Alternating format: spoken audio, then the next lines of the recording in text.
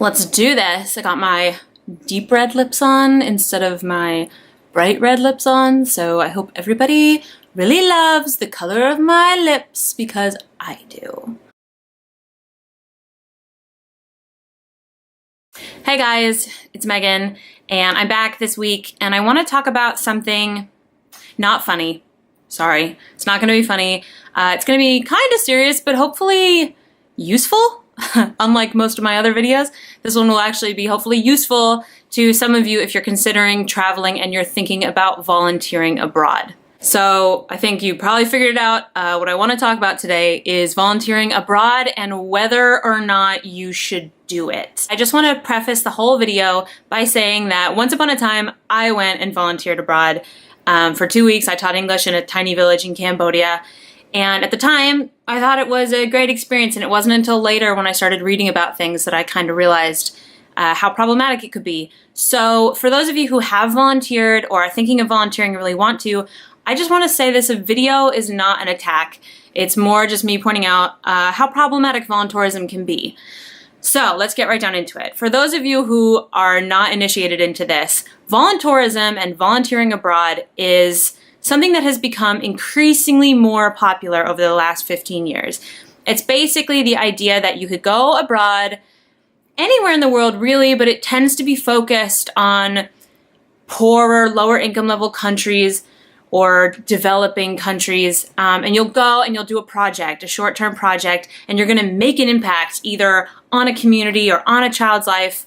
And you're going to grow so much and you're going to develop so much as a person, and you'll be able to get a deeper relationship with communities, and it's just going to be an all-around great experience for everyone involved.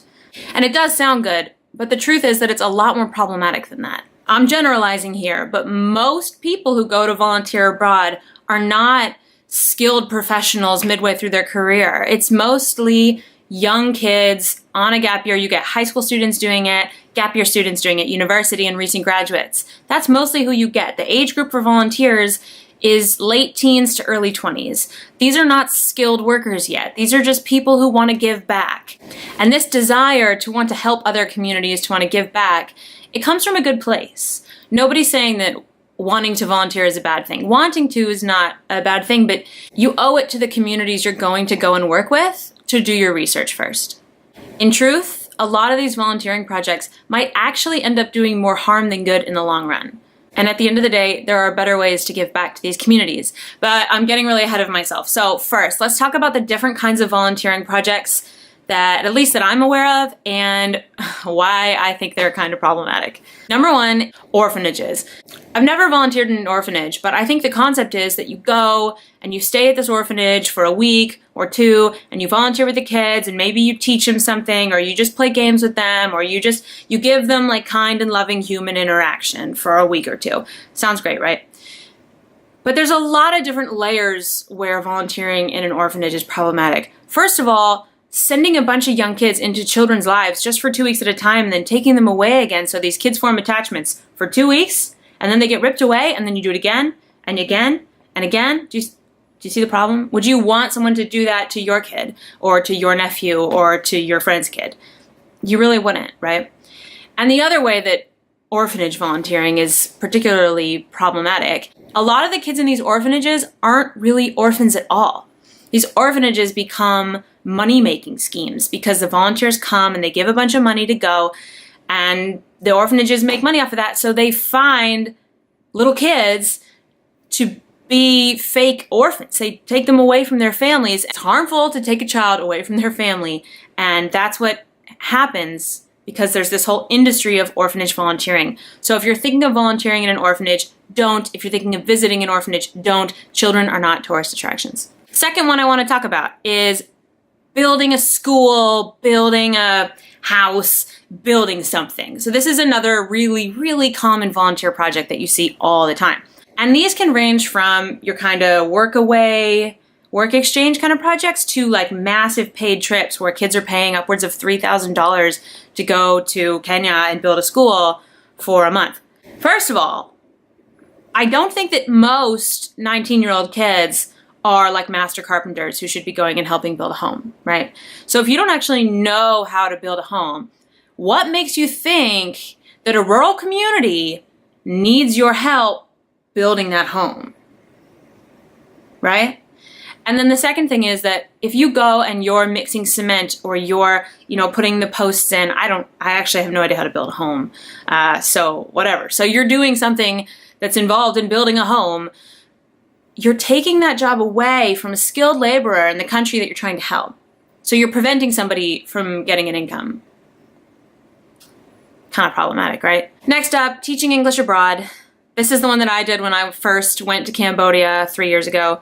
And it's kind of hard to see how this one could be problematic for some people. I think people really want to push back on this one.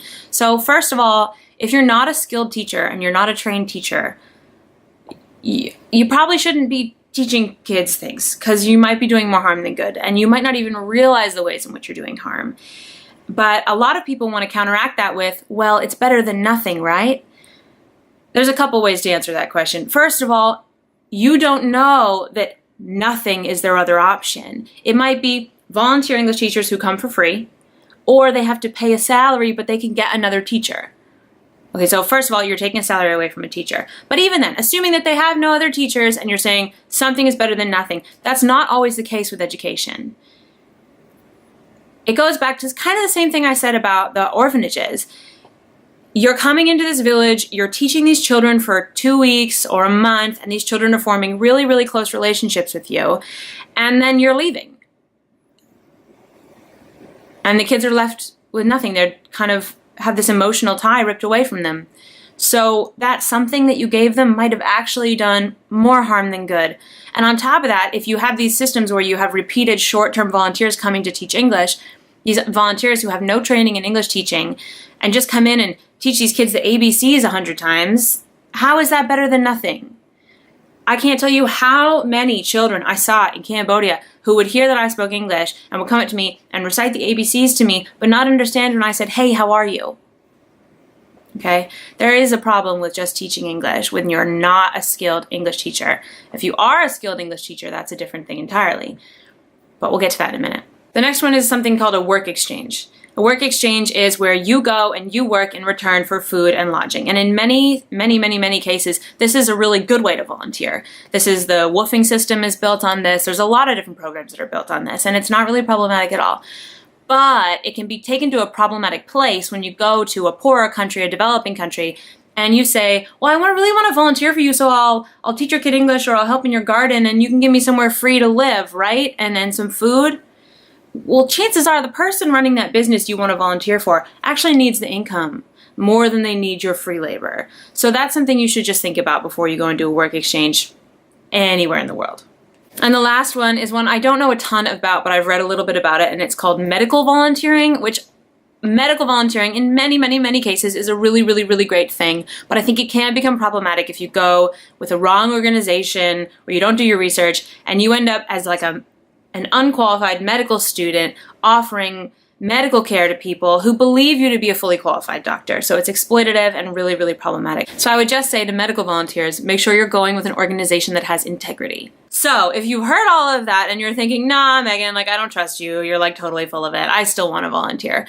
I want to give you a list of 5 questions you should ask yourself before you go to volunteer. Number 1. Would I be allowed to do this in my home country? If the answer is no, then you shouldn't go do it abroad. Number 2, am I taking a local person's job? Is this something that a local person could do? Now, that is something I've already kind of talked about, so if it's building or even maybe teaching, just make sure first that you're not taking a local person's job and stealing their wages that they need way more than you. Number 3, am I fully trained and qualified to do this job? So for example, with teaching English, are you a qualified English teacher? Okay, go find a long-term volunteer placement. Are you a teenage kid who speaks English? Number 4 is, do I have enough time? So something that I've pointed out again and again in this video is that going and spending 2 weeks with a group of children, getting them really attached to you and then leaving and having successive waves of volunteers doing the same thing is really harmful to children in their emotional development.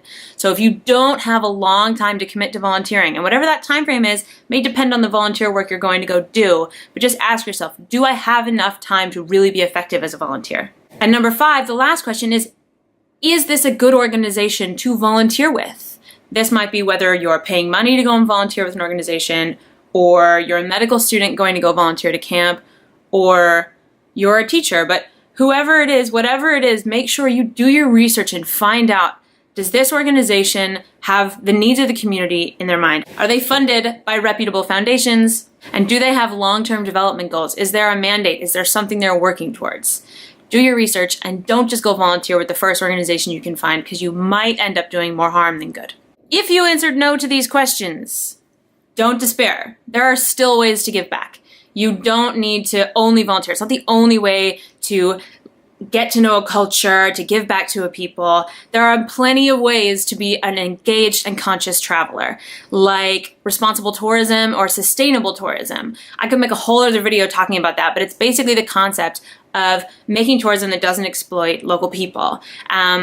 Support local businesses. Don't go to businesses that are maybe run by questionable governments or massive chains. Take a risk, go to a local hotel, or take a risk, eat at a local restaurant. Go and support local businesses and you'll get further into the community, you'll meet more people, you might end up having wonderful experiences you wouldn't otherwise have. I hope you found this video helpful and not like too long-winded. This is something I've spent a really long time thinking about, talking about. It used to make me so upset, but I've let that go. Some volunteering is great volunteering and other projects are really harmful. So do your research. I hope this is really helpful. And if you can't volunteer because you're not skilled or you're too young or whatever, don't despair. Just go to the country anyway, engage in responsible tourism and have a really great time. And I think you'll get a huge benefit out of it, even if you're not volunteering. Okay, so that's a wrap.